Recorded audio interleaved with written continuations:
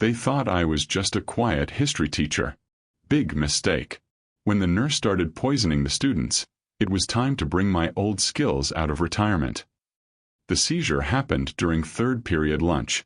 The cafeteria, usually a deafening echo chamber of clattering trays and teenage gossip, fell into a terrifying silence.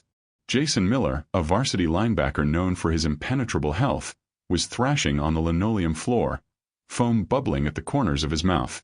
While students screamed and pulled out phones to record, Sarah moved.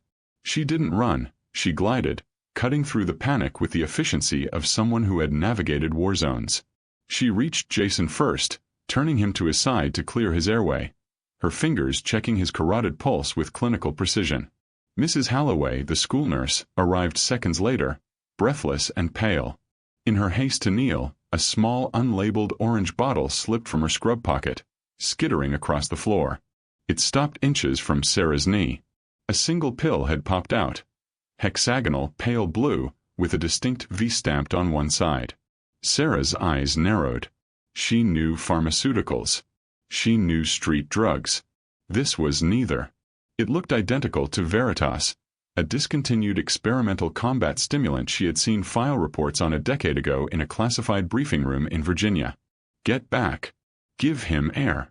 Nurse Holloway shrieked, snatching the bottle and the loose pill with trembling hands.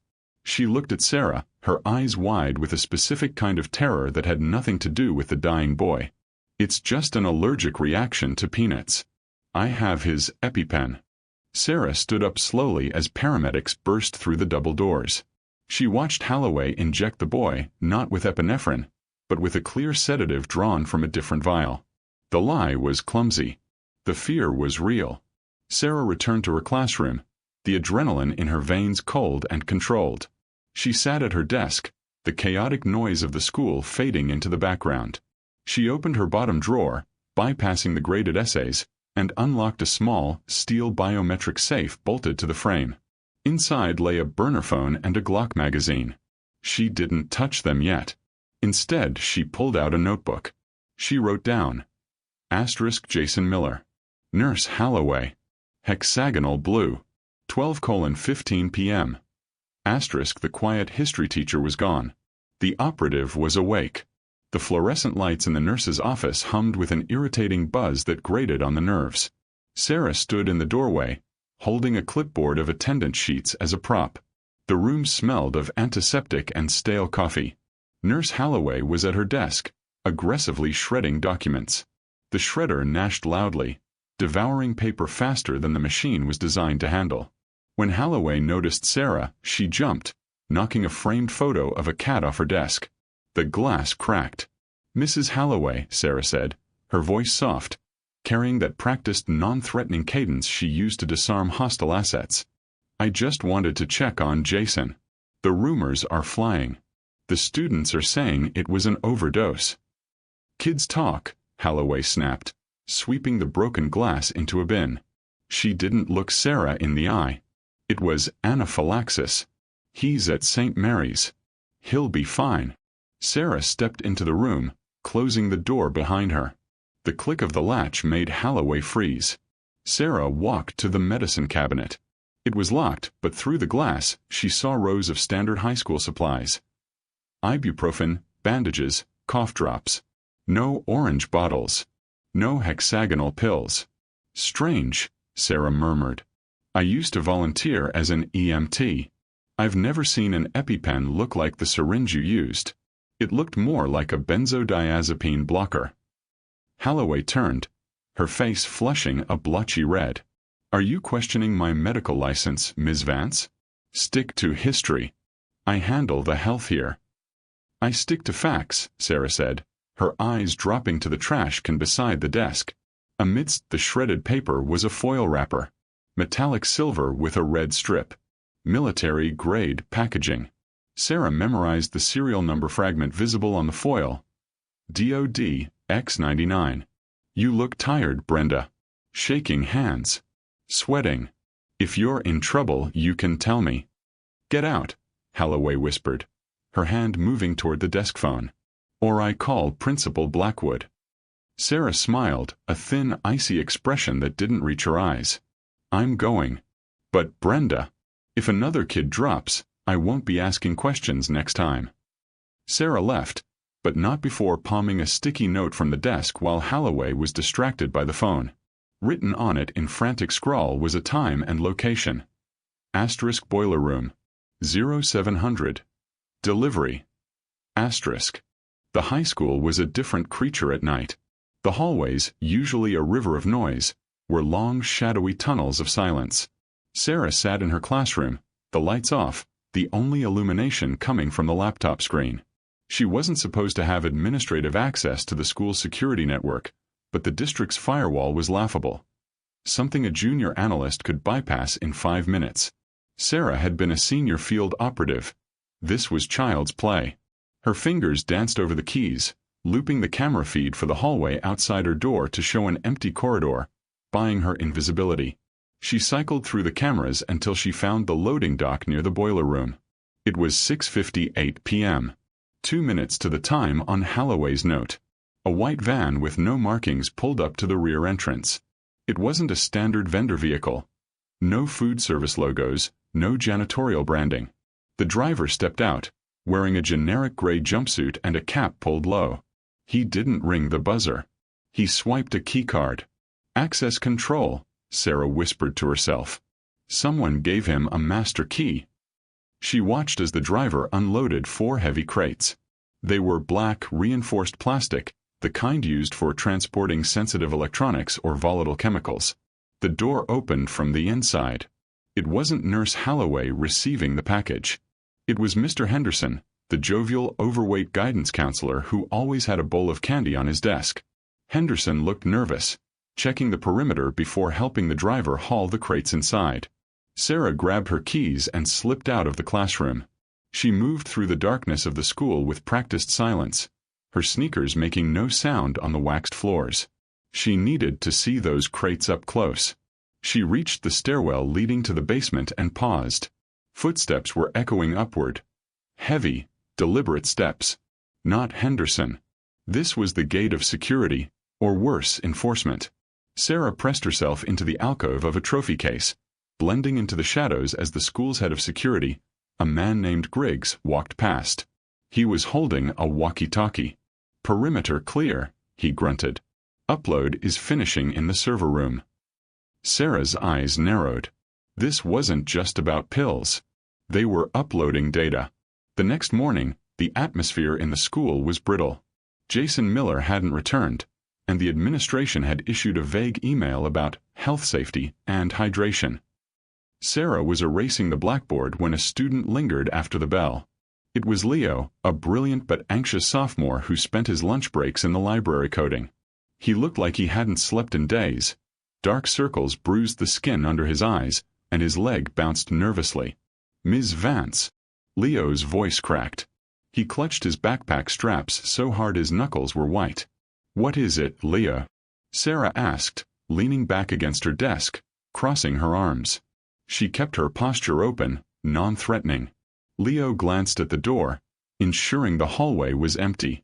"You saw Jason yesterday. I saw you check his pulse. You looked like you knew what you were doing." He stepped closer, lowering his voice to a whisper. "It's the cognitive program. That's what they call it. The nurse, Mr. Henderson. They recruit kids. Kids who want scholarships. Kids who want to be faster, smarter." Sarah's expression hardened. "They're testing on you." "They said it was supplements," Leo stammered, tears welling in his eyes. "Vitamins for focus. But I can hear electricity in the walls, Ms. Vance. I can't turn my brain off. And yesterday, I saw code on the library computer that shouldn't exist. It was encrypted, but I cracked part of the header. It's not a supplement company. It's a defense contractor shell." He dug into his pocket and pulled out a crumpled piece of paper. "I found this in the trash behind the gym. I think it's where they keep the supply." Sarah took the paper. It was a locker combination and a number. Locker 412. "Leo, listen to me," Sarah said, her voice dropping an octave, becoming steel. "Go home. Do not eat or drink anything from this school. If anyone asks, you are asking me about the history midterm. Do you understand? Leo nodded, terrified but relieved to have shared the burden. Who are you, really? He asked. Just a teacher who hates bullies, Sarah replied. Go. Locker 412 was located in the dead wing, a section of the hallway near the old gymnasium that was rarely used since the new sports complex was built. It was a blind spot in the school's busy ecosystem, smelling of mildew and old dust. The hallway was empty, the only sound the distant hum of the ventilation system. Sarah stood before the battered red metal door. She checked the crumpled note Leo had given her. 12-35-09. She spun the dial. The mechanism clicked, heavy and loud in the silence. She pulled the latch. The door groaned open. It wasn't books or gym clothes inside. The locker had been gutted and retrofitted with a small, battery-operated server rack and a cooling fan. Wires snaked down to a false bottom. Sarah lifted the metal plate. Underneath were stacks of the hexagonal blue pills, vacuum-sealed in bags labeled Subject Group Alpha and Subject Group Beta. But what chilled Sarah more was the ledger sitting on top. She opened it. It was a detailed dosing schedule. It listed student names, including Jason and Leo, alongside heart rate data, cognitive test scores, and aggressive behavioral incidents. The column on the far right was titled Kill Switch Protocol. Project Acheron, Sarah read the header. Phase 3, Field Testing in Civilian Population. This wasn't just a side hustle. The school was a petri dish. The students were lab rats for a next-generation soldier enhancement drug. The drug increased focus and aggression but caused neurological degradation, hence the seizures. Find something interesting, Ms. Vance? The voice boomed from the end of the hallway. Sarah didn't flinch. She slowly closed the ledger and turned. Coach Miller stood there, blocking the exit. He wasn't holding a whistle. He was holding a telescoping steel baton, flicking it open with a snap. Beside him stood Griggs, the security head. They weren't smiling. You should have stuck to the Civil War, Miller growled, stepping forward. The hallway was narrow, giving Sarah a tactical disadvantage if they rushed her, but a singular advantage if she kept them in a choke point. Miller and Griggs were big men, used to using their size to intimidate teenagers. They had no idea who they were looking at. Sarah slipped the ledger into the back of her waistband, her posture shifting subtly. Her feet widened, her center of gravity dropping. This is a lot of effort for vitamins, Coach, Sarah said calmly. You don't understand the scope, Griggs said, pulling a taser from his belt. This funding saved the school. The district was going to shut us down. We're building the future. By killing the students. Sarah asked. Sacrifices. Miller spat, lunging forward. He swung the baton in a wide, undisciplined arc aimed at her head. Sarah didn't retreat. She stepped into the swing. Her left forearm blocked his wrist, stopping the momentum instantly. In the same fluid motion, she drove her right palm into his solar plexus. The air left Miller's lungs with a sickening wheeze. As he doubled over, Sarah spun, sweeping his leg and driving his face into the lockers. The clang of metal on bone echoed loudly. Griggs fired the taser. Sarah saw the prongs coming and twisted her body. One prong caught her blazer, the other missed. She ripped the wire free before the current could cycle. She closed the distance to Griggs in 2 strides. He tried to punch, but she parried, trapped his arm, and applied a joint lock that forced him to his knees screaming. Who are you working for? Sarah demanded, twisting his wrist until the ligaments strained. The principal. Griggs shrieked. Blackwood. He deals with the company. I just provide security. Sarah released him with a shove that sent him sprawling. She picked up the baton Miller had dropped. Stay down, she ordered. The command was absolute. Both men, groaning and broken, stayed on the floor. Sarah adjusted her blazer. She was winded, but unhurt. She needed to get to the main office before they could alert Blackwood. Principal Blackwood's office was a shrine to mediocrity. Beige walls, inspirational posters, and a large oak desk that cost more than a teacher's yearly salary. Sarah didn't knock. She kicked the door open. The lock jamb splintered, and the door slammed against the inner wall. Blackwood was on the phone, a glass of scotch in his hand. He froze. "I'll call you back," he stammered, dropping the receiver. "Ms. Vance, what is the meaning of this?" "Cut the act, Arthur," Sarah said, dropping the stolen ledger onto his desk. "I know about Project Acheron. I know about the payments. I just took out your muscle in the hallway." Blackwood looked at the ledger, his face draining of color. He slumped into his chair. "You don't understand. The district cut our budget by 40%. No football, no art, no AP classes. Then Biocorp approached me. They said it was a cognitive study. Safe. Helpful. You sold your students to a weapons contractor," Sarah said, walking around the desk. She began typing on his computer, overriding his password with a brute force USB drive she had taken from her safe. Files began to copy. Jason Miller almost died. Leo is hallucinating. "They promised me immunity," Blackwood whispered, his hands shaking. "They said if anything went wrong, they'd handle it." "They're handling it right now," Sarah said, watching the transfer bar load. "By erasing the evidence. Which includes you." Blackwood's phone rang again. He stared at it. "It's them. The director." "Answer it," Sarah commanded. "Put it on speaker." Blackwood tapped the button. A distorted voice filled the room. "Blackwood. Security reports a breach. The female teacher. Initiate Protocol 0. Burn the files. Secure the building. No witnesses." The line went dead. Blackwood looked up at Sarah, terrified. Protocol 0 means gas. They're going to gas the school and blame a chemical leak. The school's PA system crackled to life. A robotic alarm tone began to blare, not the fire alarm, but the lockdown signal. "Lockdown. This is not a drill. Lockdown. You have to stop it," Blackwood pleaded. "The ventilation system controls are in the basement server room. That's where the canisters are rigged." "Stay here," Sarah said. "If you move, the feds get you. If you stay, maybe you live." Sarah ran out of the office. The hallways were chaotic. Confused teachers were pulling students into classrooms, locking doors. Sarah ignored protocol. She sprinted toward the stairwell. As she rounded the corner near the library, she saw flashing lights outside. Police. No. The SUVs were black, unmarked. Tactical teams were breaching the entrances. They aren't police, Sarah realized. These were corporate cleaners. Mercenaries. She reached the basement door, but it was blocked. Mrs. Prentice, the kindly librarian, stood there. But the kindly demeanor was gone.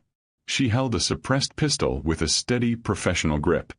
"I always suspected you, Sarah," Prentice said, her voice devoid of warmth. "You grade papers too fast. You walk too quietly. Who did you work for?" "CIA." "Yeah. Does it matter?" Sarah asked, calculating the distance. 10 feet. Too far to rush without taking a bullet. "It matters for the paperwork," Prentice smiled. Blackwood was a useful idiot. But the project is too valuable to lose because of a nosy history teacher. The gas is already priming. Carbon monoxide mixed with a sedative. Painless. Tragic accident. Sarah raised her hands slowly. "You're going to kill 600 kids for data?" "We're saving millions of soldiers in the future," Prentice shrugged. Calculated loss. Behind Prentice, the shadow of the door moved. Leo. The student had followed Sarah. He was holding a fire extinguisher. Sarah's eyes flickered to the shadow for a fraction of a second, but Prentice caught it. The librarian turned, raising the gun toward Leo. "Now!" Sarah screamed. Leo swung the heavy extinguisher with all his might, slamming it into Prentice's shoulder. The gun discharged, the bullet shattering a fluorescent light above, raining sparks and glass. Prentice cried out, dropping to one knee but keeping hold of the weapon. Sarah was already moving. She launched herself off the wall, a flying knee strike connecting with Prentice's jaw. The librarian's head snapped back, and she collapsed, the gun skittering across the floor. "Get the gun, Leo," Sarah ordered, grabbing Prentice by the tactical vest beneath her cardigan to check for more weapons. I can't. Leo was shaking, staring at the unconscious woman. Grab it, Sarah barked. Leo scrambled and picked up the pistol, holding it like it was radioactive. Sarah dragged Prentice into a supply closet and locked it. Listen to me. The ventilation system. We have to shut it down manually. They ran into the boiler room. The massive HVAC unit was humming loudly, red lights blinking on the control panel. 3 large silver canisters were hooked into the intake valve. The gauge read 90% pressure. I can't override it, Leo yelled, looking at the digital pad. It's biometrically locked to the director. Then we do it the old-fashioned way, Sarah said. She grabbed a heavy pipe wrench from the workbench. Smash the intake valve. Break the seal. It'll explode, Leo shouted. No, it'll vent into the room, Sarah said. We have about 10 seconds to get out before we pass out. Do it. She grabbed a crowbar and joined him. Together, they swung at the coupling. Asterisk clang. Clang. Asterisk the metal groaned. With a final, desperate strike, the valve sheared off. White gas hissed out violently. Run. Sarah grabbed Leo's collar and hauled him out, slamming the heavy fire door and spinning the locking wheel just as the gas filled the room behind them. They stumbled out into the cool night air through the rear emergency exit. The black SUVs were still there, forming a perimeter. Men in tactical gear were moving in. Leo raised the gun, trembling. We're trapped. Sarah reached out and gently lowered his arm. No, Leo. We're safe. She reached into her pocket and pulled out her burner phone. She pressed a single speed dial button. Status, she said into the phone. A voice crackled back. Perimeter secured. Agent Vance. Hostiles neutralized. Local PD is being diverted. Extraction team inbound. Leo stared at her. Agent. The tactical team in the parking lot didn't open fire. They lowered their weapons and saluted. A helicopter roared overhead, its spotlight illuminating the school grounds. Sarah turned to Leo. Her shoulders relaxed, the tension of the teacher finally dropping away to reveal the operator beneath. I wasn't hiding here, Leo. I was placed here. We knew a cell was operating in the district, we just didn't know which school. You helped me confirm it. Principal Blackwood was being led out in handcuffs by federal agents. Paramedics were rushing in to check the students for gas exposure. Sarah knew they would be fine. The concentration had been contained in the boiler room. So, you're not a history teacher? Leo asked, watching the scene unfold. Sarah smiled, a genuine smile this time. I am. And tomorrow, we're going to have a very long lesson on the history of government corruption. But first, give me that gun. She took the weapon, ejected the magazine, and pocketed it. Go find your parents, Leo. You did good. Sarah walked toward the lead agent, her quiet life officially over, but the mission accomplished. The network was broken. The bell had rung.